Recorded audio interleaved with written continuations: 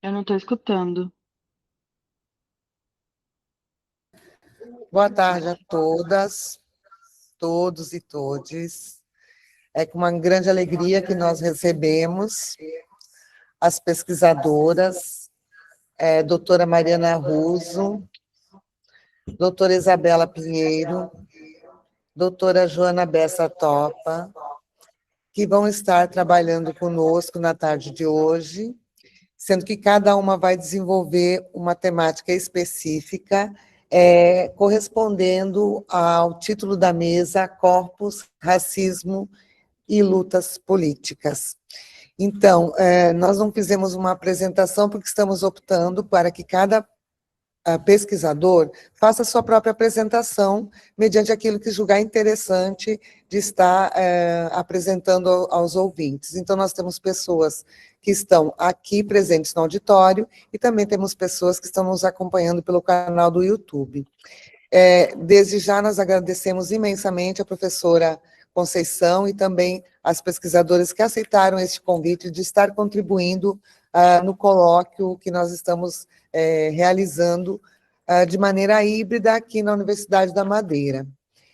Muito obrigada, e eu passo a palavra, então, quem for a primeira que gostaria de falar, já pode se manifestar. Sinta-se em casa, sinta-se à vontade, estamos aqui.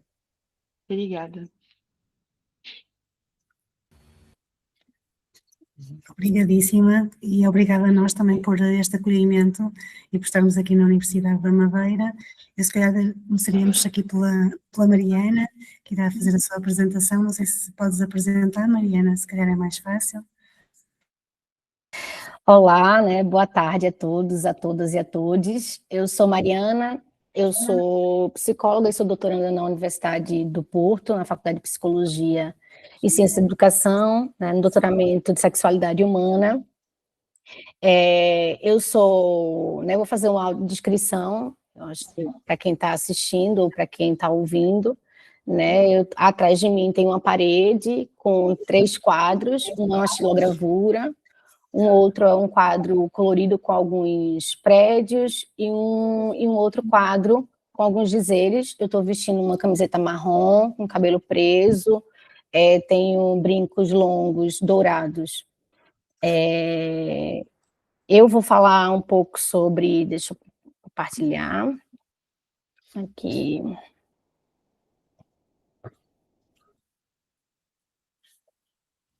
Eu vou falar sobre racismo obstétrico, o que revelam as experiências das mulheres imigrantes racializadas em Portugal.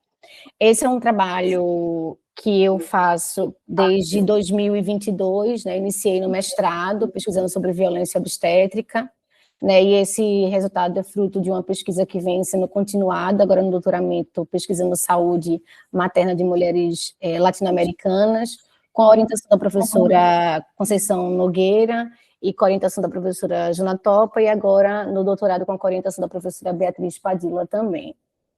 Eu vou trazer um pouco desse resultado, dessa experiência de pesquisa que tem sido, que eu tenho caminhado, desde, como eu já disse, desde 2022.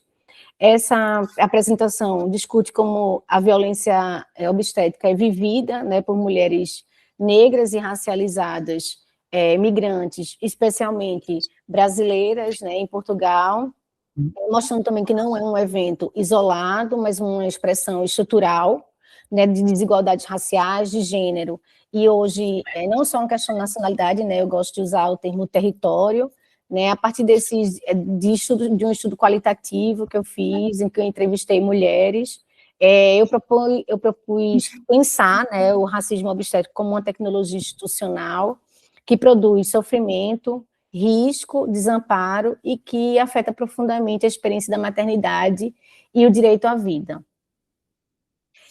Por que falar da violência obstétrica?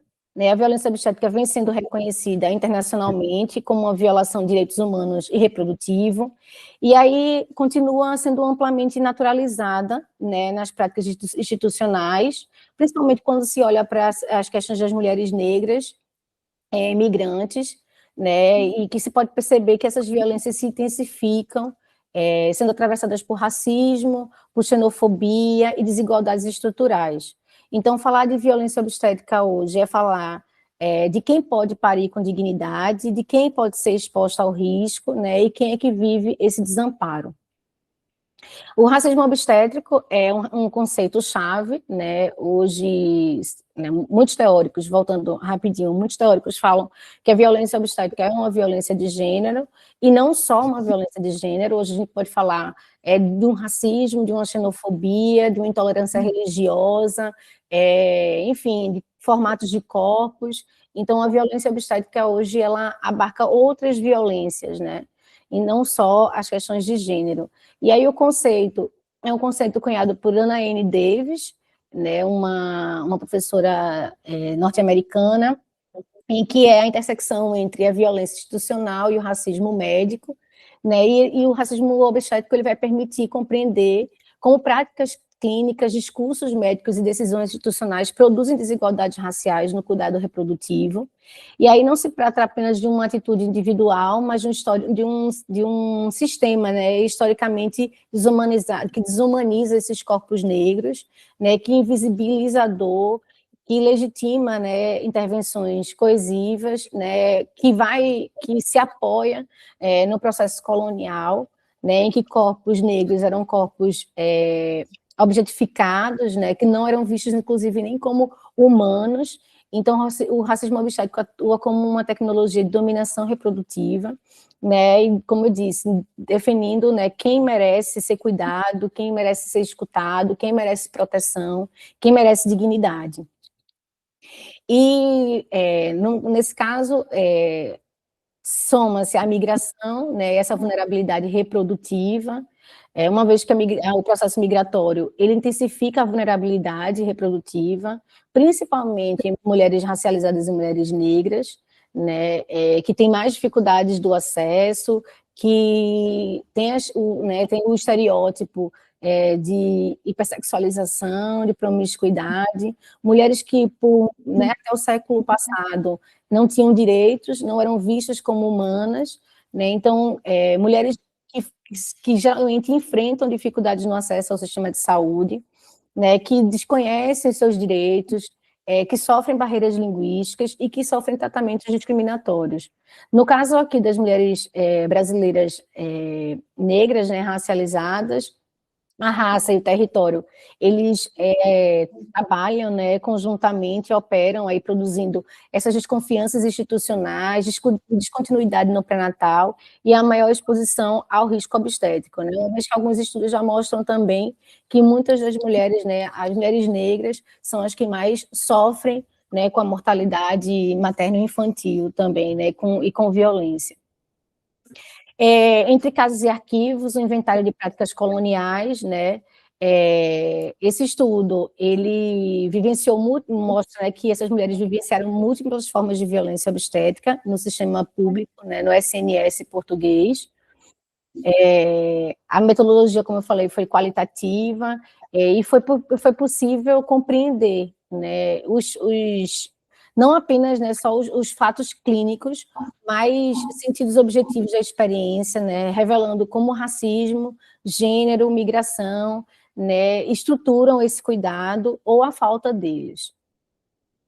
E as principais formas de violências identificadas mostram, né, a desvalorização da sistemática dessa dor, né, diagnósticos tardios, processos realizados sem consentimento e ausências de informação, estereótipos e discriminações, né, como depoimentos que diz que ao chegar no centro de saúde se ouve as mulheres brasileiras, elas vêm aqui para fazer filho e roubar maridos, ou necessidade de exames extras, e sem informações, né, de se era que essa mulher, essa mãe, possui, por exemplo, um parceiro, e aí sempre com informações de que você sabe que tem muitos parceiros, coloca você em risco, então, assim, sem saber o contexto e hipersexualizando essas mulheres, né? Então, essas práticas não são exceções, pelo contrário, elas só vêm revelar essa lógica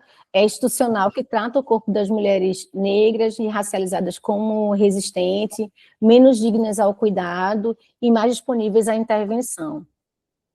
O racismo obstétrico e a necropolítica, né, articular esse conceito com a necropolítica, entender que é um racismo obstétrico como uma gestão, um regime de gestão da vida e da morte, né, que quais são os corpos que são passíveis à morte e não, né?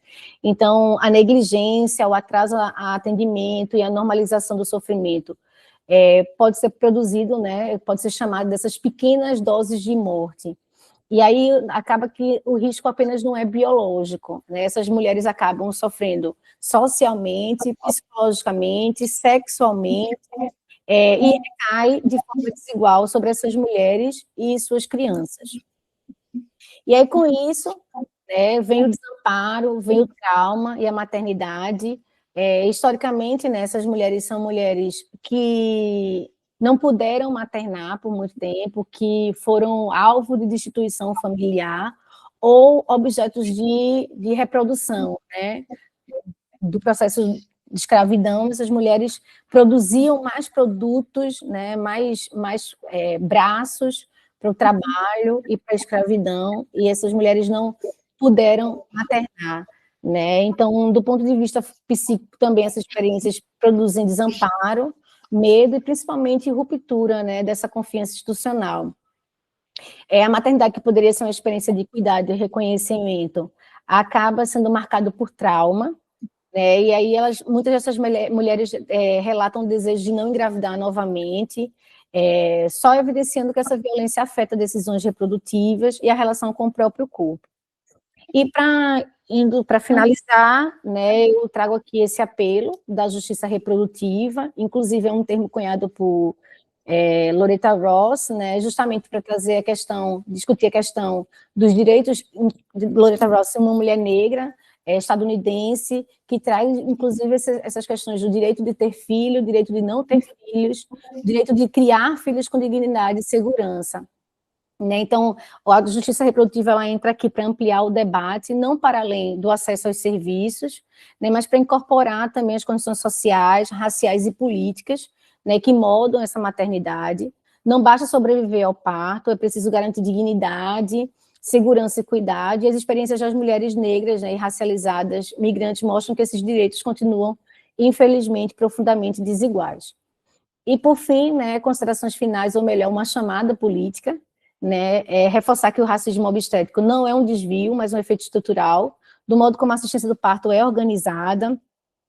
Enfrentá-lo exige mudanças institucionais profundas, né, formações antirracistas na saúde, produção de dados desagregados por raça e gênero, e nacionalidade e território, e fortalecimento de políticas públicas, né, e uma escuta ativa dessas mulheres, né, colocá-las como centro e atrizes, né, de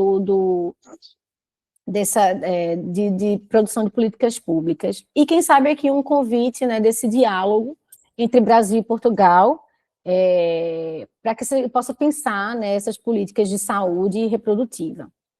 É isso, algumas referências, né, usadas desse trabalho. Fica aqui o meu contato, e muito obrigada. Muito obrigada, Mariana, pela tua apresentação. Se calhar agora passaria a palavra aqui à Isabela. Sim, boa tarde de novo. Só um instante, vou tentar partilhar minha tela.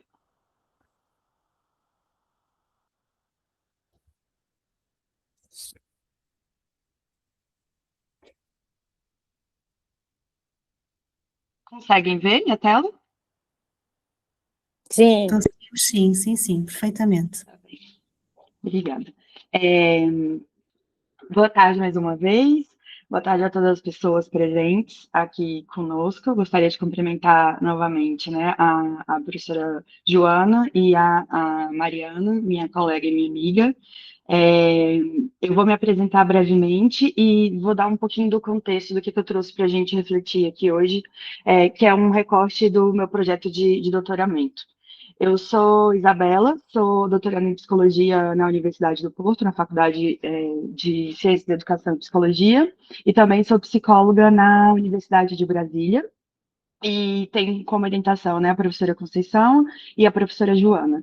E de uma forma mais ampla, assim, mais de forma mais ampla, né? Pensando na minha pesquisa como um guarda-chuva, eu busco compreender um pouquinho de como têm se constituído os serviços de saúde mental, em especial as intervenções psicológicas, direcionadas às imigrantes brasileiras racializadas, no contexto português. E na minha recolha de dados, eu tive dois momentos distintos. É um momento onde eu entrevistei essas mulheres que buscaram apoio psicológico após a migração para Portugal, e um segundo momento onde eu entrevistei os profissionais de saúde mental, em específico os psicólogos, que atendiam essa população, né, as mulheres brasileiras aqui em Portugal. Então, o que eu trago aqui hoje é um recorte da análise que eu fiz a partir das entrevistas com as imigrantes, para a gente tentar refletir um pouco, né, o que a saúde mental faz, ou também, né, o que ela deixa de fazer em um contexto que é atravessado por hierarquias coloniais. E para começar, eu acho que é importante a gente tentar trazer um pouquinho dos dados, né, sobre a quantidade de imigrantes no país.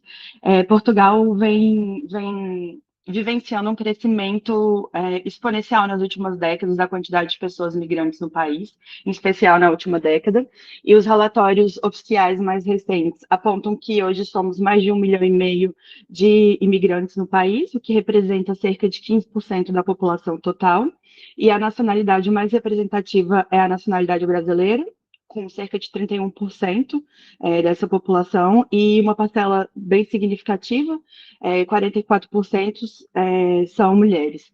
Contudo, eu acho que é muito importante a gente ter em mente que esses dados, né, os relatórios oficiais, eles não abarcam a totalidade de pessoas migrantes no país.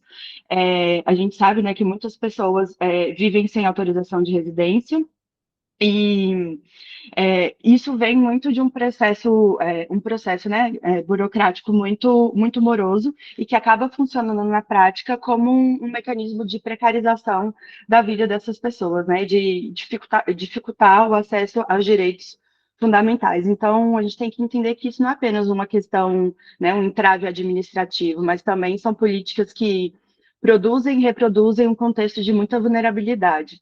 E isso acaba operando em diferentes aspectos da vida da população migrante, né? Então, com a dificuldade de acessar aos seus direitos fundamentais, essas pessoas não conseguem acessar aos serviços de saúde, proteção social, condições de moradia e de trabalho dignas, e isso acaba influenciando experiências de possíveis sofrimentos psíquicos, né? E também nesse percurso de busca por apoio psicológico que eu vou discutir um pouquinho mais adiante.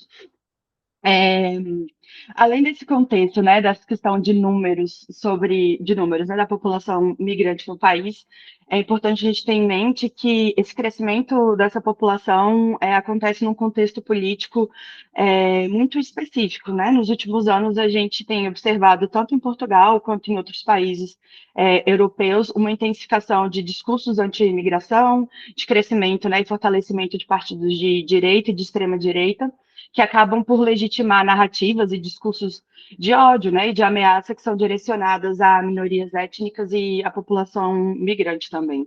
Então, esses discursos, eles acabam ampliando sentimentos de medo, de insegurança, e também produzem efeitos que são concretos na vida dessa população, porque impacta na formulação de políticas públicas, né, de políticas migratórias, no funcionamento de instituições, e em experiências cotidianas na vida dessas pessoas.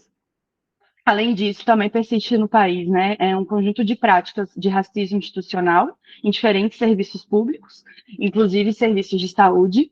E um outro ponto que é importante também a gente ter em mente é que existe uma ausência de dados desagregados por raça e etnia nos censos e nos relatórios oficiais. Então, essa ausência pode ser compreendida como uma política, né, uma certa forma de política de apagamento, porque quando a gente não mede, a gente não nomeia.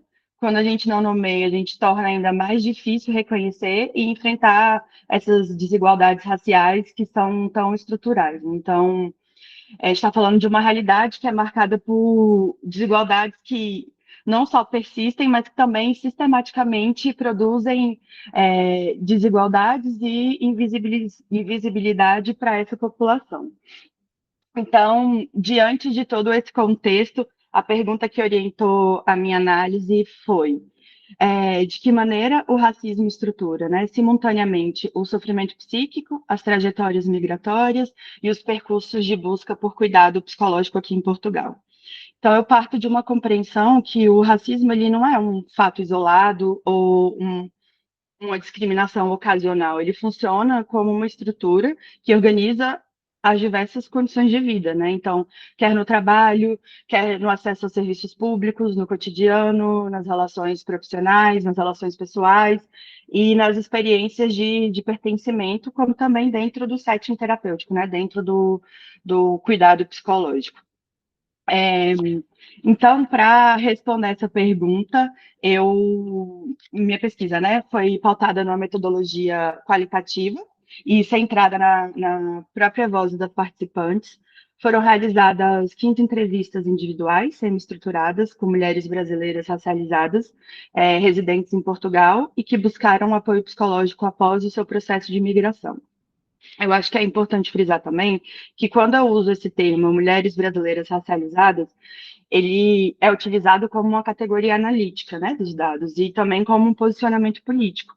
Porque eu parto da compreensão de que no contexto português, a mulher brasileira, ela é socialmente produzida como um corpo racializado, né? Então, ou seja, um corpo outro, marcado por processos que são históricos, que são coloniais e que nos posicionam como não pertencentes a esse território.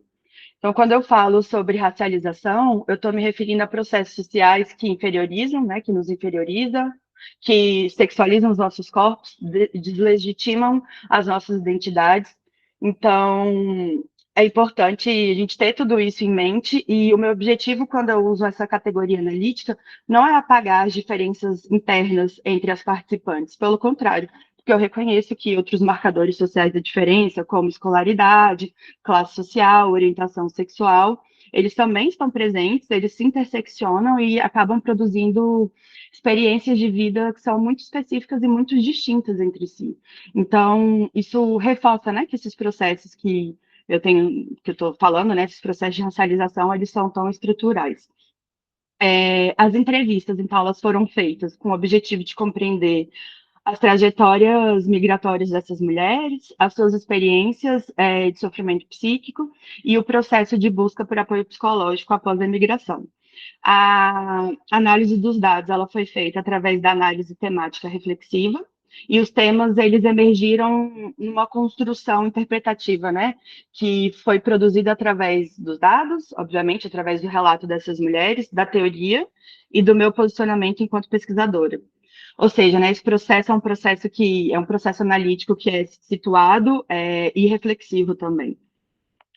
O enquadramento teórico-metodológico da pesquisa é baseado no feminismo decolonial, no feminismo interseccional e no construcionismo social, com o objetivo de entender como é que esses diferentes marcadores, né, como é que o gênero, a raça, a nacionalidade e a classe operam e estruturam as experiências de vida dessas mulheres. Eu construí os resultados em 3 grandes temas, que eu vou trazer para vocês com algumas falas que são mais representativas deles. E o primeiro tema, né, ele diz respeito ao racismo como determinante estrutural de saúde mental. Então, como eu já tinha falado anteriormente, o racismo não aparece como um evento pontual ou uma experiência discriminatória isolada. Ele é um determinante social da saúde mental. Ou seja, né, o sofrimento dessas mulheres ele não pode ser compreendido fora das estruturas que produzem, né? A precarização, a instabilidade e a vigilância que é constante sobre os seus corpos. Eu vou trazer, então, aqui algumas falas e depois vou discutir um pouquinho elas. É, corpos racializados e regulados. Por eu ser mulher brasileira, eu já sou discriminada por natureza. Quando você me olha, você vê que eu sou do Brasil. E eu tenho muito orgulho, graças a Deus, de ser uma mulher brasileira. Mas eu sofro com isso, principalmente por trabalhar no mercado majoritariamente de homens. Já no aeroporto, eu sofri uma xenofobia, o tal do volta lá para tua terra. Logo quando eu cheguei, a primeira coisa foi: então, você não deveria estar aqui, vai embora, o seu país é o Brasil. Eu comecei a sentir os impactos da burocracia portuguesa. E eu vi aquele contexto de centro de saúde, né? A atendente que é grossa, o segurança que já é mal encarado. Eu, enquanto puder, vou fugir desses contextos. São locais que te distratam. O racismo foi muito forte e o assédio também. De ser vista como a mulher, a brasileira, a puta, sabe? Aqueles estereótipos, então. Para mim foi muito puxado. É, o que aparece nessas falas, né, além da xenofobia explícita, da hipersexualização, são também experiências sistemáticas de regulação cotidiana da sua presença, né, onde o sotaque, a nacionalidade, o próprio corpo são alvos de vigilância e de deslegitimação que são constantes. Essas experiências, né, ao longo do tempo, elas vão produzindo desgaste, medo, um estado contínuo, né, de alerta, de insegurança e acaba impactando diretamente na saúde mental dessas mulheres. Outra dimensão importante também é que o racismo aparece nas experiências relacionadas ao trabalho, né? O mercado de trabalho, ele acaba funcionando, surge, né, nas narrativas das participantes como um espaço de violência, de desqualificação e uma necessidade constante também de provar suas competências. Agora, exemplos das falas dessas mulheres. Eu tinha reconhecimento no Brasil. Aqui, eu só sou uma imigrante que lava louça. Uma colega portuguesa do trabalho falou assim: minha vontade era de amarrar todo mundo no tronco e chicotear. E ela riu e depois se justificou. Desculpa, é que o seu país tem um histórico de escravidão. Eu fiquei em choque. A única coisa que eu consegui falar foi: nossa, hoje você acordou tão colonizadora. Eu me incomodava muito quando as pessoas falavam: ai, você fala brasileiro. E já aconteceu também de eu não ser aprovada para trabalhar. Achavam que o cliente não entendeu o meu sotaque. Aqui é como se eu tivesse que começar do zero. Isso me deixou muito insegura. Parece que eu tenho que provar o tempo todo que eu sou boa. Essas falas são extremamente fortes e elas revelam formas de violências explícitas, né, processos de hierarquização racial e referências também à escravidão, e isso deixa evidente que a colonialidade ela não é passado, né, ela reaparece constantemente nas relações sociais e nas relações institucionais. O segundo tema eu nomeei como entre não pertencer e adoecer, porque nas narrativas, né, no relato das participantes, o sofrimento ele aparece profundamente vinculado a essa sensação de desenraizamento, de não pertencimento, de instabilidade. Então, as participantes descrevem uma experiência de viver sempre como provisórias, como fora do lugar, e esse sentimento de não pertencimento vai se convertendo, né, muitas vezes em ansiedade, em depressão, em solidão, em alguns casos também em ideação suicida. É, me senti totalmente invisibilizada, me senti totalmente incapaz. Eu entrei numa depressão. Eu pensei várias vezes em cometer suicídio. Não tinha razão de ser. Eu tinha deixado tudo no Brasil. Já não queria mais voltar para o que eu vivia. Mas também aqui eu não conseguia construir nada.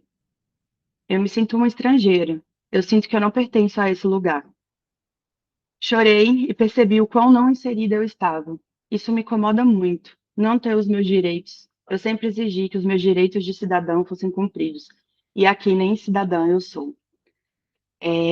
O que vemos aqui, né, então, é, falas que mostram, né, que essa solidão, que esse adoecimento, que esse não pertencimento não é uma dificuldade de adequação, né, não é uma desadaptação ao contexto migratório. O que a gente vê é que ele é produzido e reproduzido em condições socioeconômicas que muitas vezes são precárias, em práticas institucionais, em hierarquias raciais e em discursos que constantemente afirmam que os nossos corpos, né, estão fora do lugar que deveriam estar. O terceiro tema, eu acho que para mim esse terceiro tema é o politicamente mais importante dos três, né? Porque diante disso tudo que eu descrevi ao longo da minha apresentação, né? De todo esse adoecimento que essas mulheres vivem, das violências que são cotidianas, desse sentimento de não pertencimento, essas mulheres então, né? Acabam indo buscar ajuda, acabam buscando por apoio psicológico. E o que será que elas encontram, né? Será que esse cuidado ele realmente acolhe? Ou será que ele acaba sendo um espaço que revitimiza essas mulheres? Eu acho que aqui é importante a gente trazer uma reflexão que o que acontece, né, assim, quando a gente, enquanto profissional de saúde mental, né, quando a gente tem uma escuta que não reconhece o contexto que produz o sofrimento. Quando um profissional, né, ele não, ele olha para a dor, aliás, quando esse profissional olha para a dor, mas não olha para a estrutura que fabrica essa dor todos os dias, o que será que acontece, né? Porque uma escuta que ela pretende ser neutra, o que é impossível, né? Uma escuta que escuta o sintoma, mas que acaba não escutando o sistema que o produz todo dia. Então, ela não só é uma escuta que acaba sendo insuficiente, ineficiente, mas também acaba tornando o espaço terapêutico onde um lugar, né, onde essas mulheres mais uma vez precisam se explicar, precisam se justificar e precisam provar aquilo que já vivem o tempo todo. Isso foi o que acabou aparecendo, né, no relato dessas mulheres, quando elas falaram sobre suas experiências no atendimento psicológico. Eu sentia que ela não entendia, ela está se referindo à psicóloga, né, nada sobre o racismo, sobre o que é ser uma mulher negra aqui em Portugal. Ela ficava tentando me convencer de que eu estava exagerando. Eu trazia coisas sobre o sexismo, sobre o racismo, sobre a importância que a militância tinha na minha vida. E eu sentia que eu era muito desvalorizada. Inclusive, um dos comentários dela foi: mas nem tudo é machismo. Aí ela cortou qualquer possibilidade que ela tinha comigo. Tem muito psicólogo que faz coisa antiética, que é racista. Ali dentro do ambiente terapêutico, ele tem que respeitar os valores de cada pessoa. E isso muitas vezes não acontece. Então, essas falas revelam que o próprio espaço, né, terapêutico, o próprio setting, pode se tornar um lugar que acaba produzindo novas violências. Porque quando as experiências de racismo e de outras formas de violência são tratadas como uma distorção da realidade ou como um exagero, o sofrimento é direcionado novamente para essas mulheres. E aqui eu não quero, eu acho importante fazer essa ressalva, eu não quero criticar os profissionais de saúde mental de forma isolada, esse não é o objetivo.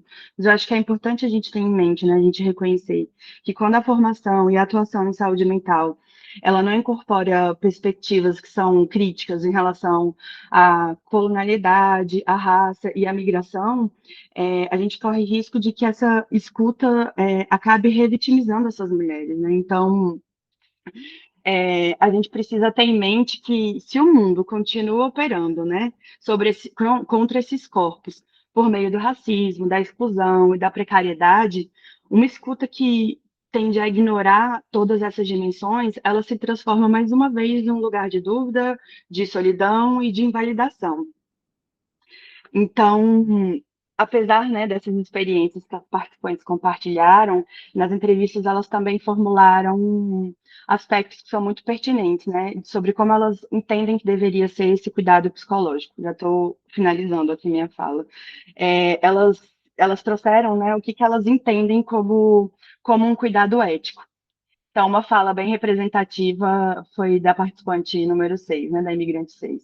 Você que é uma pessoa branca, que está atendendo no consultório de psicologia, você está preparada para lidar com uma pessoa negra? Com a imigrante? Com uma brasileira? Tem que sair um pouco da sua bolha. Então, quando eu acho que elas trazem isso, né? Elas falam sobre as reivindicações que elas querem, né, para um cuidado que seja ético. Então, elas pedem que o racismo ele seja reconhecido como estrutura e não seja tratado como um evento isolado. Elas pedem uma escuta que legitime as suas experiências, em vez de interpretá-las como um exagero. Elas pedem profissionais que sejam não apenas tecnicamente competentes, mas, sobretudo, que sejam eticamente implicados no cuidado, e pedem continuidade, estabilidade e compromisso nessa escuta, né? Porque a interrupção do tratamento também, muitas vezes, pode produzir sofrimento. E pedem também diversidade, né, e representatividade nos serviços de saúde mental, uma representatividade que não é só representativa, né? Que não é só uma diversidade de serviço, mas que seja capaz de transformar essa escuta. Então, eu acho que, no fundo, o que essas mulheres reivindicam de um cuidado é que a gente precisa descolonizar a nossa prática, né? A gente precisa descolonizar a nossa escuta. Então, para finalizar, eu gostaria de deixar uma reflexão que acho que acaba atravessando tudo isso que eu trouxe hoje aqui na minha fala, quando essas mulheres compartilham com a gente, né, um pouco de tudo que elas viveram e que continuam vivendo, eu acho que fica claro que a saúde mental ela não está à margem das hierarquias sociais, né? Então, está em disputa nesse contexto na saúde mental é quem tem a sua experiência reconhecida como legítima, né? O que pode ser nomeado como racismo? O que é produzido como sofrimento individual? E quem pode pertencer sem precisar se justificar constantemente? Então, acho que descolonizar a escuta não é só ouvir com mais empatia, é principalmente ouvir com uma responsabilidade política, que significa, né, reconhecer que esse sofrimento não nasce dentro dessas mulheres, que ele é produzido, sustentado e atualizado todos os dias por um sistema, né, que continua operando contra esses corpos. E quando a gente ignora isso, né, quando a gente não inclui o racismo estrutural na análise de todo esse sofrimento, a gente faz com que a psicologia participe de forma ativa ou de forma omissa na reprodução dessas hierarquias.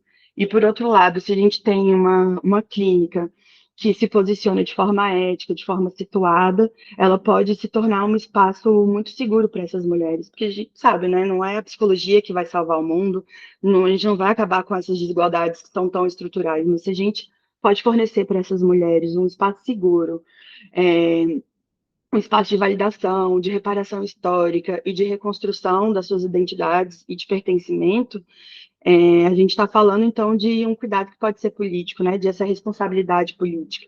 Então, acho que talvez descolonizar a escuta dos profissionais de saúde mental seja a tarefa mais urgente que a gente tem para quem trabalha, né, na área. E antes de finalizar, eu gostaria muito de agradecer profundamente às mulheres que compartilharam as suas histórias comigo, que confiaram em mim, né, que foram tão generosas, porque o partilhar dessas narrativas é que fez com que essa investigação fosse possível, né? Que tornou que isso tudo fosse possível que eu estivesse aqui hoje. Muito obrigada.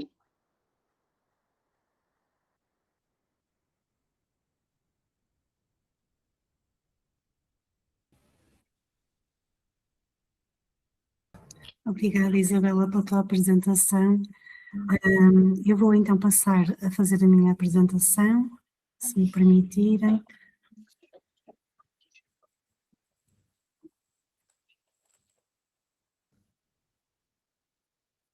Penso que já conseguem ver.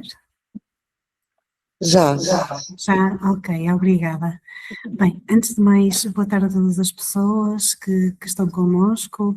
Em boa verdade, o facto de estarmos online dificulta um bocadinho aqui a interação, não é, com o público, só nos conseguimos ver, digamos assim, quem está aqui online na sala, mas bom, agradecer muito à comissão organizadora, de alguma forma a disponibilidade e também esta abertura para acolher esta mesa, que efetivamente foi aqui criada pela professora Conceição Nogueira e no qual a Mariana, a Isabela e eu temos aqui o prazer de estar aqui a participar neste segundo Seminário Internacional de Abadias Nascimento.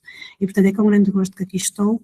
A minha comunicação vai ser sobre as questões relacionadas com as perspectivas feministas e decoloniais sobre género, raça e migração, portanto, de alguma forma vocês vão ver pontos de contacto aqui com as apresentações anteriores, mas com um olhar aqui específico sobre um projeto que foi dinamizado e que está neste momento quase a terminar, que é um projeto que se chama Projeto MIGAP, portanto que se chama Migrações no Porto, no qual nós tentamos de alguma forma caracterizar e compreender experiências migratórias no Grande Porto e no qual a Isabela e a Mariana também estiveram envolvidas enquanto membros da equipa e que de alguma forma foi coordenado por mim, enquanto professora aqui da Universidade da Maia, investigadora do Centro Interdisciplinar de Estudos de Género da Universidade de Lisboa, mas também investigadora aqui do Centro de Psicologia da Universidade do Porto. Este projeto foi coordenado não só por mim, mas também pela Ana Luísa Martinho, que é uma colega que vem do SCAP e do CEUS. E, portanto, eu vou trazer aqui um recorte desse mesmo projeto, trazendo-vos aqui alguns dados para também compreenderem qual foi o nosso ponto de partida e qual foi o nosso foco. Portanto, nós temos aqui um país que desde sempre tem aqui uma trajetória migratória, muito no passado alicerçada nas emigrações, mas efetivamente os últimos dados que nós temos da Agência para a Integração, Migração e Asilo, a AIMA, mostram-nos que neste momento já temos mais de 1,6 milhões de pessoas migrantes a residir em Portugal, sendo que este número apenas e só reflete pessoas efetivamente que tenham a sua situação documental regularizada, o que inviabiliza, obviamente, pessoas que não tenham essa situação de alguma forma administrativa regularizada. Isto, de alguma forma, tem trazido desafios múltiplos, não só nos dados quantitativos, portanto, no número de pessoas que têm vindo, mas também na diversidade étnica e cultural e, consequentemente, nas questões dos desafios que os serviços, que os profissionais, muitas vezes têm em fazer face às necessidades que estas pessoas, enfim, têm de ver resolvidas no seu processo de inclusão e integração social. Em bom rigor, nas últimas décadas, como vocês conseguem ver neste diapositivo, Portugal adotou uma série de medidas políticas destinadas à promoção da integração das pessoas migrantes e essas iniciativas, de alguma forma, obviamente questionadas e podemos refletir criticamente sobre elas, mas vertiam aqui um compromisso institucional e também sustentado em tentar responder às necessidades efetivas da população migrante, mas também com este foco na inclusão social, havendo aqui organismos, obviamente, e políticas que não só dirigiam o seu olhar e a sua ação para as pessoas migrantes, mas também para a sociedade civil no geral, uma vez que é isso que preconiza a própria inclusão social. Mais recentemente, portanto, em 2023, apercebemos aqui de uma mudança, de facto, bastante grande, portanto, Portugal sofreu uma reforma estrutural significativa com a dissolução dos Serviços Estrangeiros e Fronteiras, denominado por SEF, e a transformação do Alto Comissariado para a Migração naquilo que na atualidade se denomina pela Agência para a Integração, a Migração e Asilo. E esta reforma, digamos assim, sinalizou aqui uma grande reorganização institucional e, portanto, de alguma maneira há aqui uma reestruturação da própria resposta do Estado à migração, embora, de alguma maneira, esta medida também reflita uma tentativa, por um lado, de centralização e modernização das respostas institucionais, mas, em simultâneo, ocorre num momento político-social em que se verifica amplas alterações políticas, nomeadamente no regime de direita que eclode em Portugal.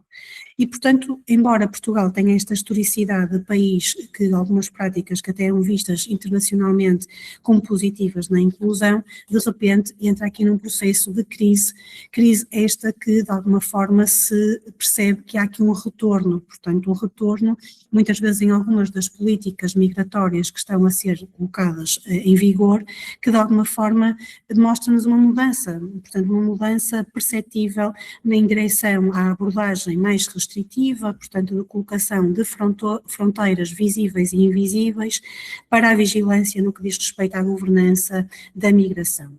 E portanto parece-nos aqui que há cada vez mais uma tendência para estas políticas restritivas, o que também se alinha com aquilo que se vai verificando, nomeadamente na Europa e noutros países a nível nacionais.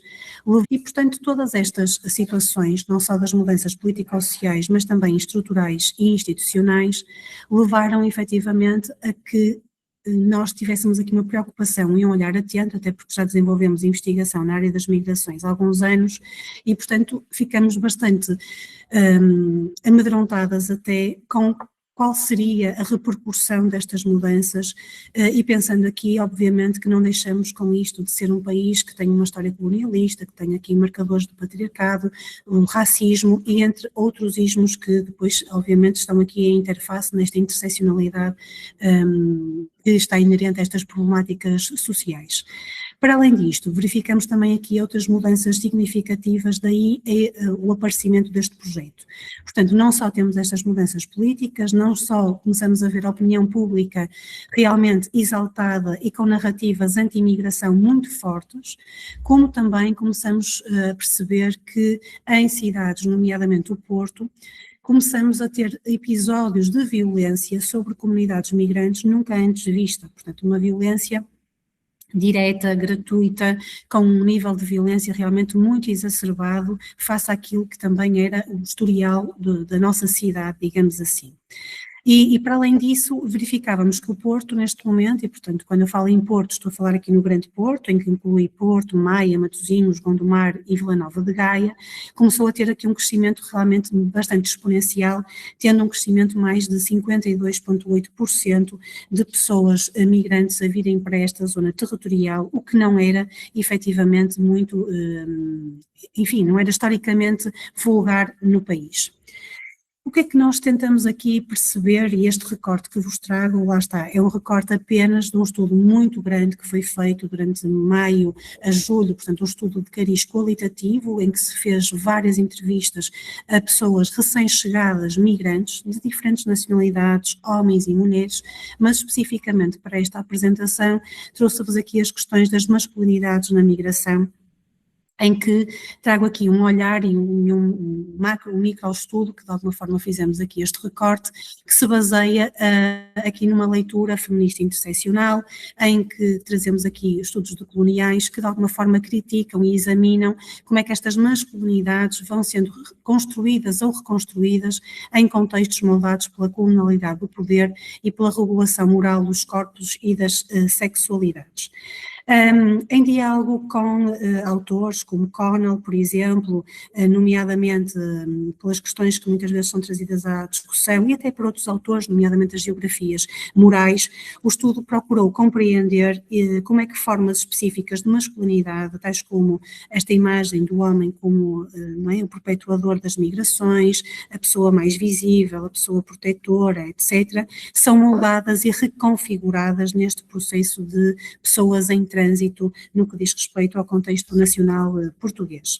E, portanto, tivemos aqui, para compreender não é, estas experiências migratórias destes homens, foi importante reconhecer, efetivamente, que as masculinidades, obviamente, são vistas como negociadas entre aquilo que vem do país de origem, obviamente, e as expectativas sociais da sociedade de destino, e, em boa verdade, foi tido aqui as considerações, nomeadamente, que temos aqui neste contexto migratório, dinâmicas que vão influenciando estas identidades, reconfigurações, que obviamente têm aqui estes marcadores de género raciais muito na sua base e no seu alicerce. Tivemos também aqui em consideração os regimes de fronteira, não é, que operam de forma formal, mas também de forma simbólica, reforçando muitas vezes estas questões da exclusão e do controlo daquilo que também aqui já foi falado, destes corpos muitas vezes racializados e, portanto, que muitas vezes criam esta questão da autovigilância e este muitas vezes distanciamento até dentro dos próprios grupos migrantes. E, portanto, trazemos aqui uma abordagem que obviamente tem aqui um olhar interseccional, em que são consideradas as raízes sociais, as experiências subjetivas destes homens e claramente aqui sempre com um posicionamento um conhecimento muito situado, em que de alguma forma se quer percepcionar aquilo que dentro destas entrevistas, quais eram as narrativas e quais eram as experiências destes homens quando chegam aqui à cidade do Porto e começam esta nova caminhada, digamos assim, desta integração numa nova sociedade. Obviamente, dizer-vos também que nesta produção de conhecimento situado, não apenas ter em consideração o conhecimento, obviamente, que vem dos participantes, mas também o nosso próprio posicionamento enquanto investigadoras, que obviamente é sempre aqui um conhecimento parcial, posicionado, obviamente, moldados por localizações sociais específicas e que de alguma forma também tentamos sempre ter esta reflexão crítica ao longo de todo o processo e daí ser para nós fundamental que na equipa do MIGAP também tivéssemos aqui pessoas diversas, pessoas de diferentes proveniências, pessoas migrantes, não migrantes, pessoas racializadas, entre outras pertenças identitárias que nos permitiram de alguma forma também monitorizar este processo de criação de conhecimento. Portanto, este projeto faz parte do MIGAP, como eu vos falei, a questão de investigação era perceber como é que estes migrantes africanos, nomeadamente, viviam na cidade do Porto e como é que vivenciavam a sua masculinidade e como é que tinham sido estas jornadas migratórias. Portanto, como é que eles percebiam Portugal como país de destino, tentando examinar as vias não só dos processos migratórios, a construção das suas identidades ou reconstrução identitária, muito baseada nas questões de género e questões raciais.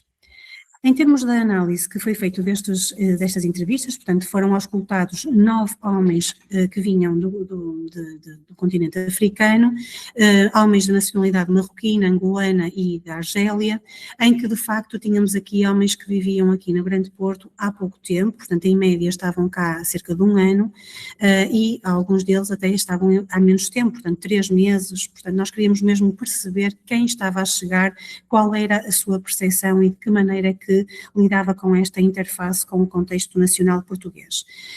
Com a análise de conteúdo executada sobre as entrevistas, chegamos aqui a 3 grandes categorias. A primeira, que vou falar muito rapidamente, e até colocando aqui algumas falas, para de alguma forma depois podermos ter aqui tempo de discussão, tinha a ver com as trajetórias migratórias e as motivações que levaram estes homens a vir para Portugal e, em particular, para a cidade do Porto. Depois as masculinidades em trânsito e, por fim, vamos abordar aqui as fronteiras, percebendo aqui o que é estas questões que estão aqui inerentes a estas fronteiras visíveis e invisíveis. Portanto, dos homens que tivemos a oportunidade de interlocutar, percebemos que, de facto, muitos deles vieram efetivamente para Portugal diretamente, nomeadamente pessoas, nomeadamente de Angola, que já tinham aqui uma historicidade com o país e que, portanto, já conheciam ou tinham pessoas conhecidas a viver em Portugal, mas houve outras que efetivamente vieram para Portugal na tentativa de efetivamente ter este objetivo, que era a saída do país de origem, mas que foram fazendo várias, digamos assim, várias caminhadas por vários locais, várias posições geográficas, nomeadamente de diferentes países europeus, até chegar ao Grande Porto. Houve esta noção por alguns dos participantes de um país irmão, não é? Isto que em algumas das narrativas foi visionado como tal, mas rapidamente este país irmão, mesmo para quem o considerava, rapidamente depois se reconfigura, digamos assim. Estes homens vinham a fugir de algumas dificuldades que se faziam pontuar nos seus países de origem, nomeadamente dificuldades económicas, dificuldades políticas, dificuldades de progressão de carreira e também da própria clarividência que muitas vezes no país de origem não teriam aqui possibilidade de ter aqui uma escalada, digamos assim, no seu posicionamento social, no seu posicionamento socioeconómico. E, portanto, esta decisão de migrar, de alguma forma, e escolher Portugal especificamente, vem aqui com algumas ideias pré-concebidas. Por um lado, este passa-palavra de que Portugal seria um destino de melhor e mais fácil acessibilidade, nomeadamente no que diz respeito a uma percepção de abertura, nomeadamente das regras e da legislação.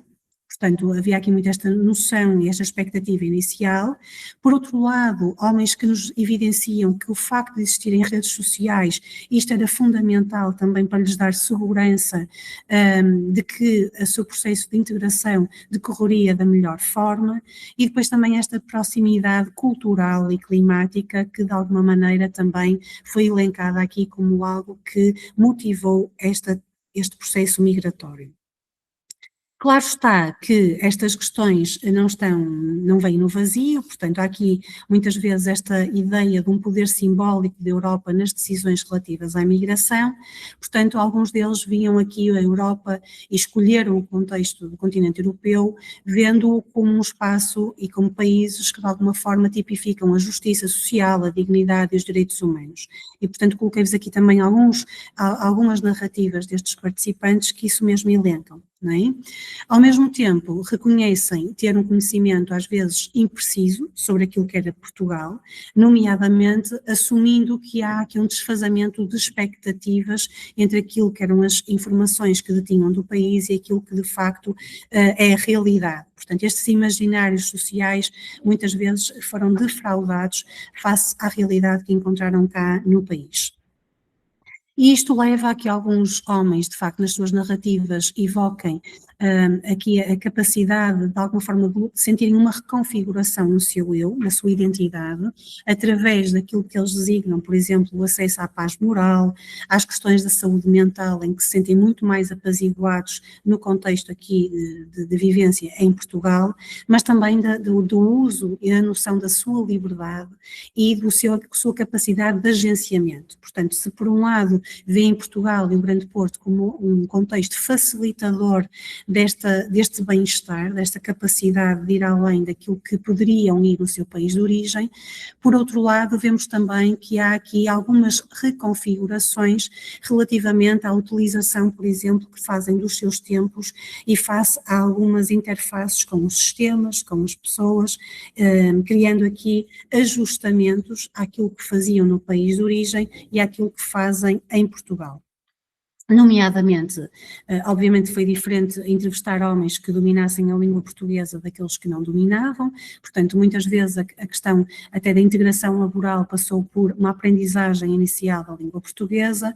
Falam também muito de como é que, por exemplo, as atividades religiosas possibilitaram-lhes uma melhor capacidade de integração, e os entrevistados de alguma forma mencionaram que sentiam uma grande abertura para a prática da sua religião, portanto não sentiam qualquer tipo de discriminação a esse nível, e também isto possibilitava-lhe, de alguma forma, por um lado, ter acesso a uma cidade diferente, a um paradigma de vida diferente, mas por outro lado, às vezes as condições precárias nas quais se conseguiam inserir profissionalmente, as condições precárias socioeconómicas, de habitação, levavam a que muitas vezes a própria exploração, o viver a cidade, o estar aqui numa cidadania mais participativa e ativa, muitas vezes era condicionada, porque em bom rigor tinham pouco tempo livre para poder explorar e também poucas capacidades económicas para o poderem fazer.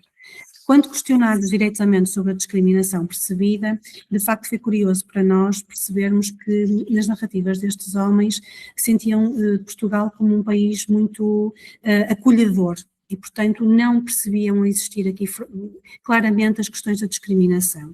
Portanto, por um lado, nós sabemos teoricamente, e já a FIB e colaboradores nos dizem isto, não é? Que o facto de serem imigrantes recém-chegados, de alguma forma a percepção de discriminação percebida pode ser efetivamente mais baixa do que migrantes e pessoas que já vivem no país há mais tempo, e portanto há a haver aqui um paradoxo, aquilo que se chama paradoxo da integração, mas por outra via percebíamos claramente que estas fronteiras internalizadas em alguns dos discursos estavam sublime, ou seja, estavam lá de forma sublime. E, portanto, dizer-vos que foi curioso para nós, apesar de não percepcionarem esta discriminação perpetuada por pessoas portuguesas, muitas vezes nas próprias falas existia aqui esta diferenciação entre o eu e o outro. Portanto, nas próprias falas destes migrantes aparecia aqui a ideia do bom e do mau migrante, daquilo que é próximo a mim, ou aquilo que é o outro e aquilo que é diferente de mim. E isto foi precisamente curioso, porque muitas vezes este julgamento social, efetivamente, sobre outras comunidades migrantes, aconteceu de forma muito veemente, tanto em pessoas marroquinas, como vocês veem aqui expressas nestas narrativas, como noutras nacionalidades que de facto não têm tanta proximidade, ou que têm mais até proximidade ao contexto nacional português. E, portanto, parece que estes migrantes fazem aqui esta divisão dicotómica, não é? No sentido em que conseguem perceber porque é que, por exemplo, algumas políticas em Portugal, na sua concepção, estavam a mudar, e na sua concepção ainda bem que estavam, porque isto permitia não só a sua segurança, mas também garantir que não vinham para Portugal pessoas que, a seu ver, poderão ser criminosas, ou que poderão ter aqui diferenças culturais, ou que poderão ser uma ameaça. Portanto, surgiram estes três grandes conceitos, a questão da ameaça, a questão da criminalidade e da diferença cultural, que curiosamente é aquilo que vem nas macronarrativas, muitas vezes mediatizadas por movimentos de extrema-direita que se vêem neste momento em Portugal, nomeadamente com estas narrativas anti-migratórias. E, portanto, estes migrantes e estas pessoas que foram aqui auscultadas, de alguma forma, diziam mesmo que Portugal deveria ter uma ação ainda mais forte contra estes migrantes que, de facto, podem provocar aqui, a seu ver, questões negativas. Portanto, de alguma forma, esta divisão dicotómica também mostra-nos aqui quase uma internalização destas fronteiras entre o eu e o outro, e desta noção de que estas macronarrativas não ficam apenas e só nas pessoas que cá vivem, mas também nas pessoas que cá chegam. E, portanto, estas fronteiras que, de alguma forma, aqui vocês veem evidenciadas, este próprio distanciamento do próprio colonizador, levam a muitas vezes a ver aqui um afastamento daquilo que era o colonizador inicial, por exemplo, quando falamos de pessoas marroquinas ou da Argélia, que havia aqui o país colonizador foi França, mas de facto verem Portugal diferente de França. Não é? Ao contrário de, por exemplo, do que viam as pessoas angolanas, em que de facto esta questão colonialista estava muito mais presente nas suas narrativas. Este estudo, e estou mesmo a terminar, de alguma forma trouxe-nos aqui alguma reflexão crítica enquanto investigadoras e dizer-vos também que o MIGAP não tem apenas este cariz de investigação, mas também um cariz de comunidade, portanto nós neste momento criamos uma comunidade que chamamos a comunidade MIGAP, onde estão presentes pessoas que não só representam autarquias, não só que representam instituições, mas também profissionais que lidam diariamente com estas comunidades, no sentido de darmos também aqui o know-how do que é que a investigação nos dá, mas também colocarmos aqui a possibilidade da ação, não é? E de alguma forma demonstrarmos que as cidades, enquanto espaços e territórios também de aprendizagem, necessitam de ter informação claramente fidedigna de como é que os processos migratórios e como é que estas pessoas se vão incluindo e quais os desafios e necessidades que muitas vezes temos que estar atentos para de alguma forma também podermos retirar aqueles paradigmas que aqui foram falados, nomeadamente o racismo e outros ismos que sobre estas pessoas operam.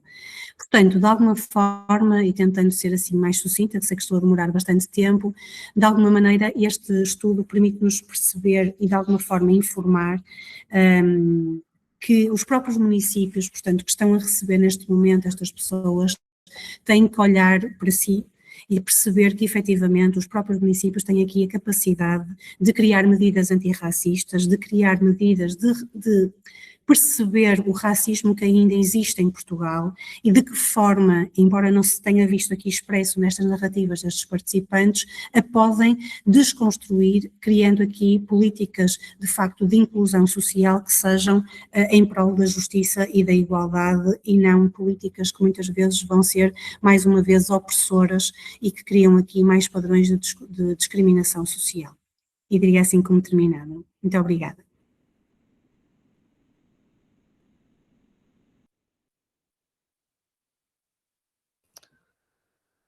Obrigada, professora Joana, professora Isabela e professora Mariane. Está dando uma bomba. Nós estamos a ouvir com um bocadinho de eco, não sei se as colegas também, mas sim. Sim, sim. Extremamente relevante e muito, muito reveladoras, impactantes as pesquisas que vocês nos trazem. Eu vou lançar um questionamento, outras pessoas também podem lançar seus questionamentos, mas no sentido de perceber o fazer da pesquisa assim, pela própria temática que vocês nos trouxeram, quais foram os desafios que vocês enfrentaram para o desenvolvimento das pesquisas em si? Os caminhos, os encontros e os desencontros, inclusive com a própria literatura, né? O que vem tratando em relação a essa temática, que é muito pertinente e necessária que a gente amplie e continue a discussão, principalmente pelas relações que estabelecemos, nós, brasileiros, que também migramos, que também estudamos, que também relacionamos. Nós temos os grupos do programa Dias Nascimentos, e a maioria das temáticas de pesquisa vem tratando sobre essa questão dos racismos, né, do pensamento colonizador, do pensamento decolonial. Então, acho muito importante para a gente compreender quais são os principais desafios que vocês, como pesquisadoras, têm enfrentado, que é uma forma também de continuarmos o diálogo maravilhoso que essa mesa nos trouxe, com dados muito importantes e pesquisas louváveis, e que a gente gostaria de ouvi-las mais, um pouquinho. Então, se cada uma puder falar um pouquinho dos desafios.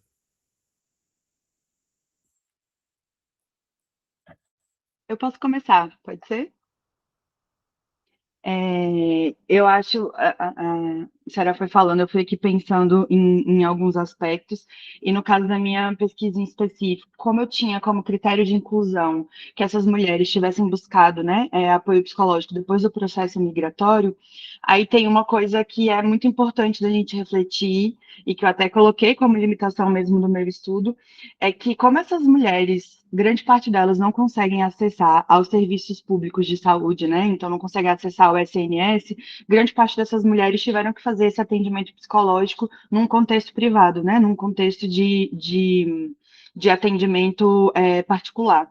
E aí já está em jogo uma questão de classe, né? Então, as mulheres que têm essa questão, né, dessa desigualdade social e que não conseguem pagar por esse atendimento e também não, de forma particular, e também não conseguem acessar ao SNS, elas ficam ainda mais desamparadas, né? Então, elas não estão representadas aqui na pesquisa, porque isso foi um critério de inclusão, mas elas ficam mais ainda subrepresentadas no contexto acadêmico. Então, é muito difícil acessar essas mulheres, porque a gente não consegue chegar até elas, justamente porque elas não conseguem chegar a ponto de terem, né, de serem atendidas ali, de terem um cuidado psicológico. Então, eu acho que um dos desafios foi acho que de forma particular, foi colocar isso como critério de inclusão, porque eu não queria deixar essas mulheres de fora, mas eu também precisava entender um bocadinho de como é que foi acessar esse serviço de saúde mental. Então, isso precisava aparecer como critério de inclusão para que eu pudesse acessar essas experiências. Então, essas outras mulheres que têm esse marcador, né, como uma diferença da classe, não foram incluídas no estudo. Então, essa foi uma dos meus desafios. Eu gostaria só de colocar à Isabela também uma pergunta que eu não estou propriamente nos estudos, próximo dos seus estudos, não é?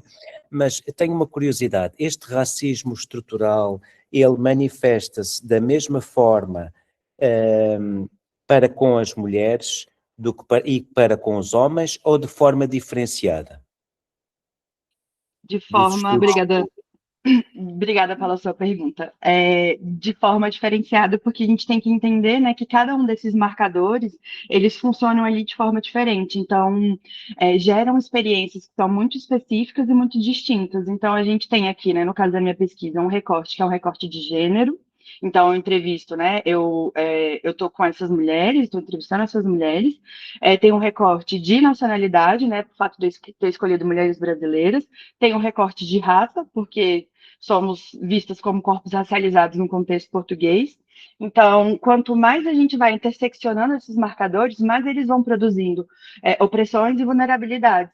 Então, se a gente for pensar também na questão da escolaridade, da classe, da orientação sexual, então as experiências dessas pessoas são diferentes de acordo com essas vivências a partir desses lugares que elas estão, né? Dessas identidades, desses lugares que elas estão no mundo. Então, é óbvio que a experiência de um homem imigrante vai ser diferente da experiência de uma mulher imigrante. Da mesma forma que a experiência de uma pessoa que tem uma nacionalidade diferente da brasileira também pode ser diferente. Por mais que a gente esteja no mesmo contexto, né, que é o contexto português, cada pessoa vivencia essa experiência de uma forma diferente. E mesmo pessoas que compartilham desses mesmos marcadores, por exemplo, mulheres, no caso, né, dessas que eu trouxe, elas compartilham da nacionalidade, do gênero e da raça, mas elas têm experiências e vivências muito diferentes entre si.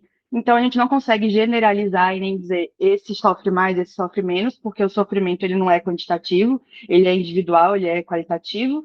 Então, para dizer que tem isso, a gente tem essa diferença entre esses marcadores identitários e mesmo dentro desses marcadores, as experiências são muito subjetivas. Não sei se te respondi. Perfeitamente, muito obrigado.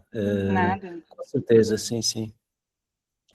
E se calhar só aproveito aqui, já agora com esta questão do Dr. José Paulo, de dizer que foi isto também que encontramos no projeto MIGAP. Portanto, apesar deste recorte ser dos homens africanos, nós fizemos recortes de mulheres de diferentes proveniências e mesmo fazendo aqui a comparação entre os homens africanos e as mulheres africanas às quais tivemos acesso, percebemos claramente uma diferença na discriminação percepcionada, por exemplo, ou seja, estas mulheres estão muito mais atreitas a situações de violência de género, por exemplo, não só no processo de integração no contexto, mas até durante o próprio processo migratório. Portanto, aquilo que a Isabela aqui estava a falar, destas interseccionalidades, não é? Destes múltiplos sistemas de opressão que vão agindo sobre estas pessoas consoante as suas pertenças, de facto nós não podemos quantificá-los, mas é perceptível que o sexo feminino e que o género feminino está mais atreito a este tipo de situações e que muitas vezes tem esta percepção clara que estes agentes de discriminação estão a agir sobre os seus corpos e sobre as suas trajetórias. Muito obrigado. Bem, no caso da minha pesquisa, eu acho que inicia sobre o tema, né? Em Portugal existem poucos estudos sobre violência obstétrica e sobre racismo, eu acho que empiricamente uns 2 estudos apenas. Então já começa a limitação daí. Uma outra questão também que se encontrou já foi logo também a questão de que a gente não pode, em Portugal é proibido, por lei, a questão étnico-racial, né, de identidade étnico-racial não se pode perguntar, e isso não tem isso no censo em Portugal. Então, até porque se isso acontecer, se configura como racismo. Então, eu já encontrei esse embate na própria comissão de ética, né, ao questionar por que eu iria fazer isso, por que eu ia trabalhar as questões de racialidade, né, então, e aí compreensão também do que é ser racializado. Então, eu já encontro essa dificuldade aí na própria universidade. E, em seguida, acho que as questões, em termos da população, não, porque é uma população que esteve extremamente disponível, né, a participar e a poder, inclusive, encontrar isso como uma forma de partilhar, de denunciar aquilo que tinha acontecido com elas. No caso do projeto MIGAP, eu acho que aquilo que nós tivemos mais dificuldade no terreno foi, de facto, porque era o nosso interesse, era efetivamente chegar a uma diversidade populacional, o máximo, enfim, que nós conseguíssemos. E, portanto, queríamos efetivamente criar aqui possibilidade de entrevistar pessoas em situação regular e em situação irregular no país. E, obviamente, não é fácil chegar a estas pessoas, até por questões de medo, aquilo que eu vos dizia inicialmente, não é? Estas condutas discriminatórias, de violência, este discurso anti-imigratório que pontua neste momento as narrativas, vão de alguma forma também fazendo com que as pessoas tenham receios e que de alguma maneira se tentem proteger face ao outro e face àqueles que desconhecem, digamos assim. E, portanto, este foi o nosso maior desafio. Contamos com o apoio de várias ONGs, de várias instituições que efetivamente já se encontravam a dar apoio a estas pessoas e que permitiram efetivamente, primeiro, apresentar-nos, não é? Perceberem qual era o nosso intuito e que não havia ali toda a questão do anonimato, o sigilo, obviamente ia ser veiculado em toda a pesquisa e, portanto, este foi inicialmente o maior desafio que depois conseguimos contornar criando esta rede, não é? Este apoio com a própria comunidade que, em bom rigor, também sente estas dificuldades e que queria efetivamente conhecer esta realidade em maior proximidade, até porque, historicamente, nós temos aqui muitas pessoas migrantes que historicamente vinham para a zona de Lisboa e do Algarve, em Portugal, e portanto o Porto nunca foi um destino, digamos assim, tão procurado que de alguma forma também visse vertido nos próprios investigadores e investigadoras aqui um olhar geograficamente situado nesta zona geográfica do norte do país. E portanto acho que diria que foi o nosso maior desafio inicial, que depois felizmente conseguimos contornar. Obrigada. Não sei se mais alguém gostaria de fazer algum questionamento, gostaria de comentar. Eu fico cheia de vontade de continuar conversando, né? Porque são temáticas que muitos nos tocam, né? A professora Joana apresentou as políticas que têm sido desenvolvidas, têm sido propostas em termos de Estado português. E em termos de movimentos de resistência, no Brasil nós temos muitos movimentos que se organizam, né, principalmente a partir do movimento negro e a partir dos coletivos de mulheres, do movimento indígena, do movimento estudantil, e, enfim, a gente tem, nos últimos anos, tem se tem florescido mais resistências, né? E como que vocês percebem isso na cidade do Porto, na cidade em Portugal, se estão acontecendo formas, organizações coletivas de resistência, ou se ainda isso é um processo em construção? Não, esses movimentos estão a acontecer, tanto por movimentos ativistas como por associações de migrantes, portanto, aquilo que nós temos percebido, e pronto, há alguns anos que já estou a estudar estas áreas específicas, tem havido cada vez mais o aparecimento de novas associações, de novos coletivos, com pessoas diferentes, lá está, proveniências, e, portanto, havendo aqui também grande diversidade.